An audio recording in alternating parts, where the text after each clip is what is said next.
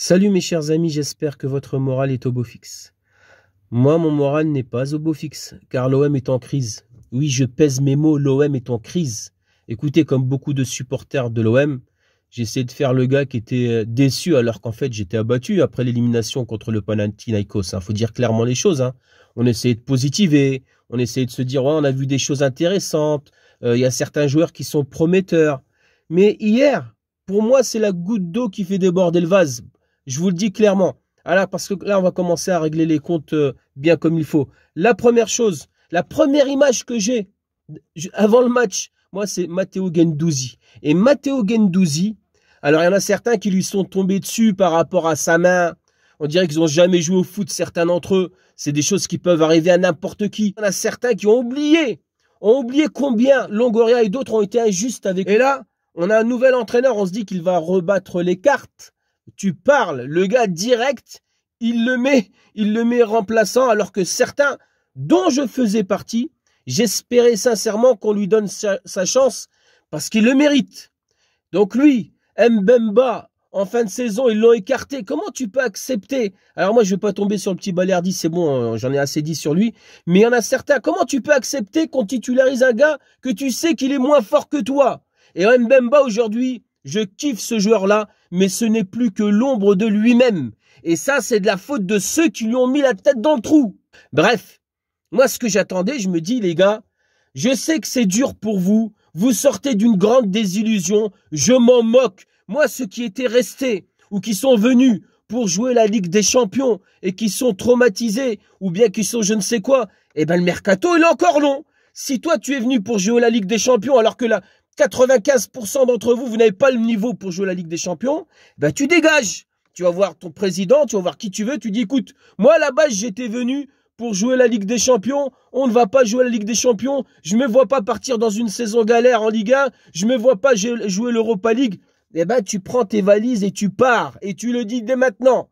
Moi, un gars comme Alexis Sanchez, je reviens sur... Le gars, il n'est pas fou, Alexis Sanchez. Il a bien vu qu'il y avait des choses bizarres qui se passaient dans le vestiaire. Donc le gars, c'est normal qu'il ne re-signe pas. Il n'est pas là pour à son âge, avec la carrière qu'il a fait. Même si je suis persuadé qu'il a kiffé l'ambiance du Vel, il a kiffé l'effervescence qu'il y a autour de l'OM. Il a kiffé tout ça. Mais c'est pas une raison à son âge pour se mettre en galère avec une saison galère. Donc tout ça... Tout ce qu'on est en train de vivre, déjà on est en train de payer certains choix qui ont été faits la saison dernière.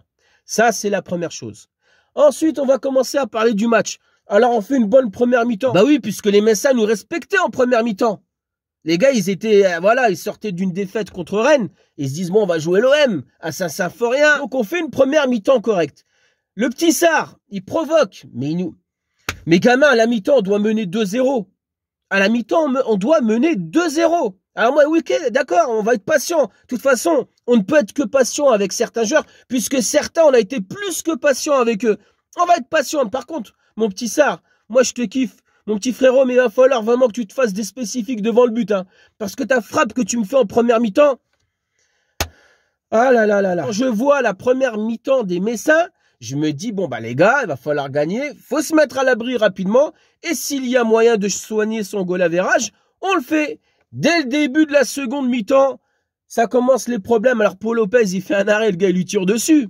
Alors, il lui tire dessus, il fait l'arrêt. Voilà, ok, d'accord. Puis, il y a ce fait de jeu. Il y a ce deuxième but qui est refusé. Alors là, écoutez, moi, vous me connaissez, je suis toujours très mesuré en ce qui concerne l'arbitrage. Mais franchement, il va falloir m'expliquer. Parce que là, on se fait une fois de plus voler. On se fait une fois de plus voler. Pourquoi ce but, il a été refusé? Et bon, bref, le but, il est refusé. Et Marcelino, là, t'es où? T'es où? Rongier, je te kiffe. T'es où? Les gars, vous êtes où? Moi, on est passé de Sampaoli, Tudor, qui avait un charisme de fou. Il y avait certaines choses qu'on leur reprochait. Mais Tudor, il se prend un rouge dessus. Sampaoli, il se prend un rouge dessus. Monsieur l'arbitre, pourquoi tu refuses mon but? Monsieur l'arbitre, c'est quoi? Argumente. Vous êtes des malhonnêtes. Bah ouais, vous êtes des malhonnêtes. Mets-moi un rouge. Mets-moi un rouge, ça va. Je vais pas te manquer de respect. Je vais pas t'insulter. Mais tu es malhonnête, monsieur l'arbitre. Parce que moi, toi-même, tu le sens qu'il y a... En revoyant les images, Explique-moi comment tu peux refuser ce but. Eh ben, tu crées un électrochoc dans l'équipe, tu te prends un rouge. D'accord? Arrêtez de... C'est quoi ça? Non mais franchement, c'est pas possible de... C'est pas possible de... Je me calme. Le pire dans tout ça, tu te dis, bon bah voilà, on est à 11, ils sont 10. Même s'ils sont courageux, même s'ils sont valeureux, même s'ils sont assassins-foriens, on va le plier ce match. On trouve le moyen de concéder un but. Alors oui, à chaque fois, nous, on se prend des buts bizarres. Mais ce n'est pas nouveau. Eh ben, c'est pas nouveau. On essaie de se mettre à l'abri de ce genre de péripéties. On essaie de plier le match avant. Eh ben non, on se prend le but. Et après, le pompon, on en prend un deuxième sur une faute de main de Paul Lopez. Pau, moi, je fais pas partie des supporters qui t'insultent. Moi, j'ai jamais, vous savez, je l'ai dit par le passé, les joueurs de l'OM, à force de les suivre avec leurs qualités et leurs défauts, c'est presque, bon, je vais pas exagérer, je vais pas dire que c'est des gars de notre famille, mais on les connaît. Paul Lopez, on sait très bien que c'est un bon gardien, mais ça s'arrête là. C'est pas un gardien qui va permettre à une équipe de devenir grande. Le gars, en plus, là, comment il va se relever de ça? J'en sais rien du tout.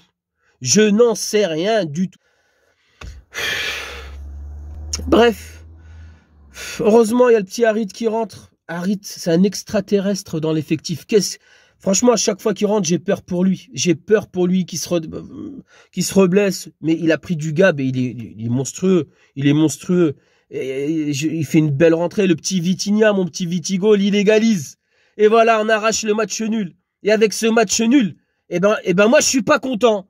Parce que quand on voit le calendrier qu'on avait, alors en respectant nos adversaires, bien évidemment, parce qu'on n'a pas de marge, mais quand même, tu vois que les 5 premiers matchs, c'est très abordable. Il y a moyen que, avant de rencontrer Paris, fin septembre, eh ben on soit leader, j'en sais rien, mais quand même. Donc toujours est-il, mes chers amis, que là, pour moi, l'OM est en crise, parce que dans une semaine, si on ne gagne pas au Vel, eh ben les gars, moi je sais pas ce qui va se passer. Déjà, Marcelino, tu vas peut-être sauter, mon gamin. Moi je l'avais dit, on n'a pas de chance malheureusement avec les techniciens espagnols. J'aime beaucoup le foot espagnol, mais bon, moi vous me dites, on a eu Mitchell, on a eu Clemente, malheureusement, je me dis bon il y a moyen, j'espère me tromper, mais franchement, je suis très inquiet. Il va falloir se ressaisir. Et nous, on a besoin de s'enflammer, les supporters de l'OM. On va être obligé d'attendre quoi? Des matchs de poule de Ligue Europa? Non mais franchement, alors qu'on sait que l'OM, elle mérite de jouer la Ligue des Champions tous les ans. Tous les ans! Je suis très frustré. Je me voyais déjà rencontrer Braga dans la semaine et tout. On va attendre. Et voilà quoi. De toute façon, on n'a pas le choix. Je suis désolé, cette vidéo elle est un petit peu particulière. Vous savez que d'habitude je suis dans la retenue, mais j'en ai ras le bol. Franchement, c'est bon. Hein. C'est bon. Ah, c'est bon, j'en ai ras le bol. Donc voilà. Et juste pour finir, moi, les objectifs cette saison. Alors c'est quoi alors? C'est quoi les objectifs? Moi, ils vont aller me chercher un titre. Et ils n'ont pas le choix, ils vont aller nous chercher un titre. Et même, j'ai envie qu'on soit champion de France. Parce que Paris n'est pas, pour moi, Paris n'est pas... Oui, Paris. Cette année, Paris n'est pas intouchable. Ils ont perdu Neymar, ils ont perdu Messi, ils vont peut-être perdre le boudeur. Verratti. Non, Paris n'est pas intouchable cette année. Si nous, on essaie vraiment de jouer le coup à fond, il y a moyen qu'on aille le chercher, ce titre. Et la Coupe de France, ou je sais pas quoi, j'en sais rien, mais... Moi, je peux pas me contenter d'une saison voilà, vous-même, vous savez, hein, le mot qui commence par M en 5 lettres. Non, c'est pas possible, on a assez donné. Franchement, moi, j'en ai ras-le-bol. Hein. Donc voilà, mes chers amis, je suis désolé si j'ai dit des choses qui ont blessé certains. Je pense pas, mais bon, bref, hein, vous savez. Hein. Sur ce, prenez soin de vous, prenez soin des personnes qui vous sont chères. Et j'espère à très bientôt.